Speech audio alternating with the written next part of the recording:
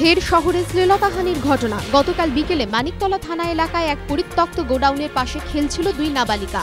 গোডাউনের নিরাপত্তারক্ষী খাবারের লোভ দেখিয়ে এক নাবালিকাকে গোডাউনের ভিতরে নিয়ে যায় এবং সেখানে তার শ্লীলতাহানির চেষ্টা করে বলে অভিযোগ।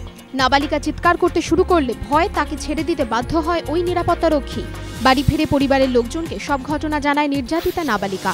গত শনিবারও অভিযুক্ত নিরাপত্তারক্ষী অপর এক নাবালিকার শ্লীলতাহানির চেষ্টা করে বলে অভিযোগ। স্থানীয় বাসিন্দারা ঘটনা জানতে পেরে ওই গোডাউনে চড়াও হয়। খবর পেয়ে পুলিশ ও দমকল ঘটনাস্থলে গিয়ে পরিস্থিতি নিয়ন্ত্রণে আনে। পরে দুই পরিবার মানিকতলা থানায় অভিযোগ দায়ের করে। অভিযুক্ত নিরাপত্তারক্ষী পলাতক।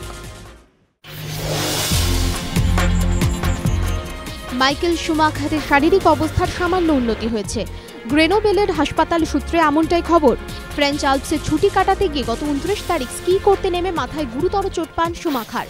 তড়িঘড়ি তাঁকে গ্রেনোবেলের হাসপাতালে নিয়ে যাওয়া হয়, কিন্তু সেই দিন থেকেই কোমায় রয়েছেন 7 বারের ফর্মুলা 1 রেসের বিশ্ব চ্যাম্পিয়ন। চিকিৎসকরা জানিয়েছেন শুমাখারের শারীরিক অবস্থার উপর সবসময় নজর রাখছেন তাঁরা।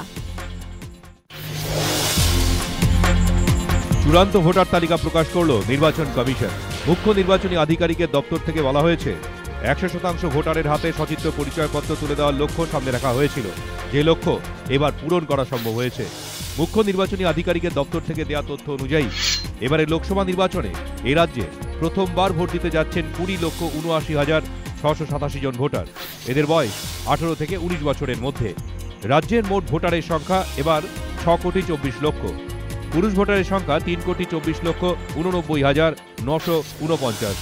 মহিলা ভোটারের সংখ্যা 2,99,78,526 জন। কমিশন সূত্রে খবর, এপ্রিলের শেষ সপ্তাহ থেকেই শুরু হয়ে যাবে ভোট গ্রহণ প্রক্রিয়া। ভোট হবে 5 থেকে 6 দফায়। মে মাসে দ্বিতীয় সপ্তাহের মধ্যে ভোটের পুরো প্রক্রিয়াই শেষ হয়ে যাওয়ার সম্ভাবনা। রঞ্জি কোয়ার্টার ফাইনালে মুখোমুখি রেলওয়েজ। ইডেনে মুরলী কার্তিকান কোম্পানির সঙ্গে দ্বৈরথের আগে রীতিমতো তেতে রয়েছে লক্ষ্মী ব্রিগেড। বেশ কয়েক বছর পর রঞ্জির শেষ 8-এর লড়াইয়ে বাংলা, তাই এই ম্যাচকে ঘিরে প্রচারে কোনো ঘাটতি রাখতে চায় না সিএবি। 8 তারিখ ইডেনে মহারণ। সিএবির আওতাভুক্ত স্কুল ও কোচিং ক্যাম্পের ছাত্ররা যদি এই ম্যাচ দেখতে চায়, তাদের জন্য বিনামূল্যে টিকিটের ব্যবস্থা করা হবে। যে সমস্ত কোচিং ক্যাম্প সিএবির আওতাভুক্ত নয়, সেখানকার ছাত্ররা আগ্রহী হলে তাদের জন্যও একই ব্যবস্থা। এই মর্মে শীঘ্রই কোচিং ক্যাম্পগুলিতে এই নির্দেশিকা পাঠানো হচ্ছে।